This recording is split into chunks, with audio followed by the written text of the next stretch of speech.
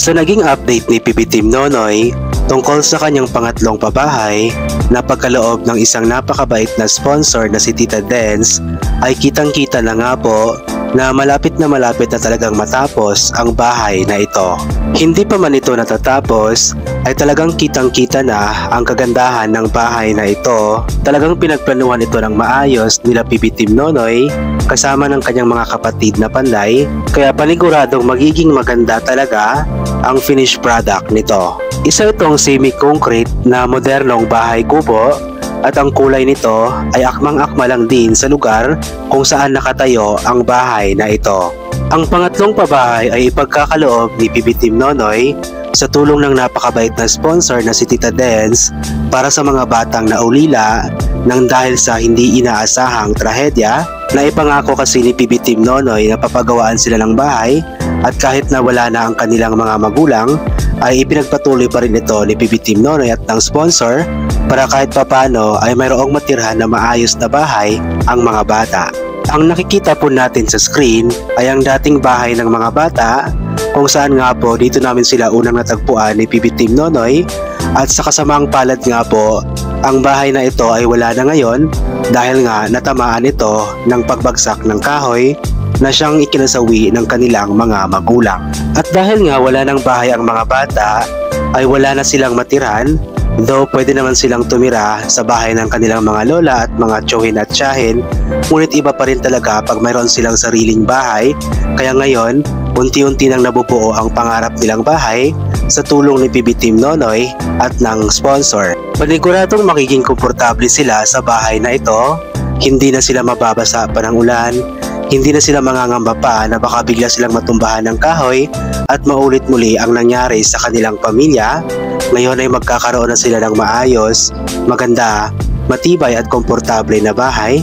Kaya maraming salamat po talaga kay PB Team Nonoy at kay Tita Dens dahil talagang hindi nila pinabayaan ang mga batang ito. At ang pinakapasalamatan dapat natin sa lahat ay ang Panginoong Diyos, kasi siya talaga ang may plano ng lahat ng mga bagay na ito. Ginamit niya si PB Team Nonoy at si Tita Dens para magkaroon ng maayos na bahay ang magkakapatid. Kahit wala na sa mundo ang mag-asawang Yap o ang mga magulang ng mga bata, ay sigurado tayong masayang-masaya sila ngayon sa langit na nakatingin dahil nga magkakaroon na ng maayos na bahay ang kanilang mga anak. Masakit man pero kailangan nating tanggapin na ang buhay nating mga tao dito sa mundo ay hiram lamang at anytime ay pwede tayong kunin ng ating Panginoong Diyos, at ang Diyos na lamang ang nakakaalam kung paanong paraan tayo niya kukunin, katulad na lamang ng mag-asawang Yap na kinuha sila ng Diyos nang dahil sa hindi inaasahang trahedya. Samantala, tungkol naman sa stainless sa paa ng panganay na bata, ay nakaschedule sana itong tanggalin last October 10. Pumunta nga daw sila doon sa May Tagum Regional Hospital, ngunit wala ang doktor doon at pinapabalik sila ngayong darating na October 16. Kaya ipag-pray po natin na sana nga po ay available na ang doktor sa araw na iyan para matanggal na ang stainless sa paa ni Isay, kasi nga mahirap din na ganyan palagi ang kanyang paa. Mas okay yung bumalik sa normal ang kanyang paglalakad para kahit papano ay pwede na siyang mamuhay ng normal, makakapaglaro na siya ulit ng katulad ng dati nang walang sagabal sa kanyang paa. Kaya ipag-pray po natin na sana matanggal na nga po ang stainless sa kanyang paa para magiging okay na ang lahat.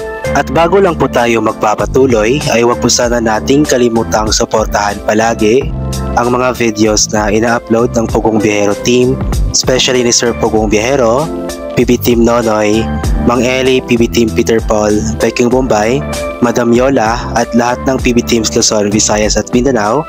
Huwag po natin i-skip yung mga ads na lumalabas para may chance na mas malaki yung papasok na revenue na maaari nilang maitulong sa mga taong nangangailangan, lalong-lalo na sa mga kababayan nating mga katutubo.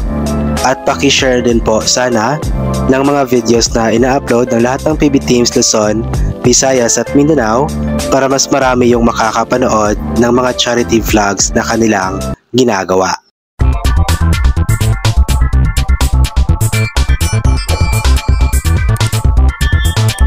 At sa ating pagpapatuloy ay magbabasa po tayo ng ilan sa mga komento ng mga taong nakapanood sa naging vlog ni PB Team Nonoy. Unahin po natin itong komento mula kay Diana Santa Maria Basta PB Team wagas kung kumilos at magpagawa ng pabahay. Congrats PB Nonoy, keep on going for your charity mission Noy. Sponsors, thank you so much for your generosity, love and kindness and support to PB Nonoy. Keep safe always and God bless you more. Mula naman kay Nilda Reyes, no skipping ads, happy weekend PB Team Kuya Noy, Jesse and Jonald. Thank you Lord, malapit na matapos ang bahay ng mga bata. Magiging happy na sila, ganoon din ang kanilang mga magulang sa heaven. Salamat sa mga sponsors na patuloy na nagtitiwala kay Kuya Noy. Pagpalain kayo ng siksik, liglig at umapaw na biyaya para marami pa kayong matulungan. Salamat Kuya Noy, mag-ingat kayo lagi sa bawat mission nyo. God bless you and your family. Galing naman kay Zenny Piquero, good morning PB Team Nonoy. Malapit na matapos ang bahay ng dalawang bata. Sad nga lang dahil wala na papa at mama nila. Salamat Nonoy at hindi mo sila pinabayaan. Maraming salamat din sa sponsor, pagpalain po kayo ng ating dakilang ama. Ingat palagi Noy, God bless. Ayon naman kay Mary Joy Nodalo, salamat Kuya Noy kahit di pa man kalakihan ng iyong subscriber. Marami ka nang napabahayan. Ikaw ang ginagawang instrumento ng Diyos upang magkaroon sila ng mga sponsors sa pamamagitan ng iyong video.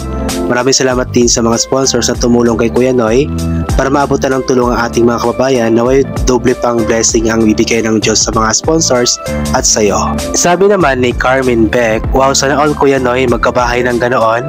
Ang lamig niyang bahay na yan lalo sa probinsya.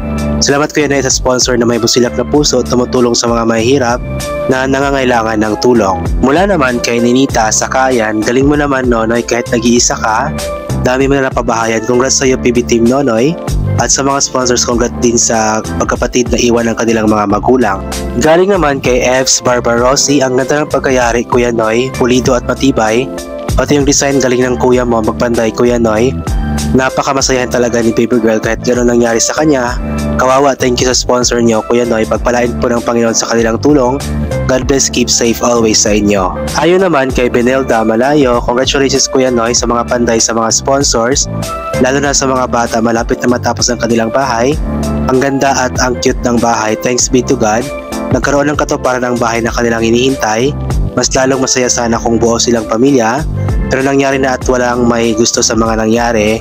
God bless you always and good luck sa inyong lahat. Ingat kayo palagi Kuya Noy. Sabi naman ni Candy Hechanova, napaka-blessed ng mga bata. Meron na silang bahay. Salamat sa iyo Sir Noy sa pagtulong mo. Sa magkakapatid, patuloy lang Sir Noy sa pagtulong mo sa kanila. Sana marami ka pa mga sponsors na makakakita channel mo at tulungan ka na makatulong sa mahihirap. At hanggang dito na lamang po itong reaction video na ito guys. So thank you so much po ulit sa lahat ng mga bumabalik sa aking YouTube channel. Mag-iingat po tayong lahat palagi. God bless po and bye for now po.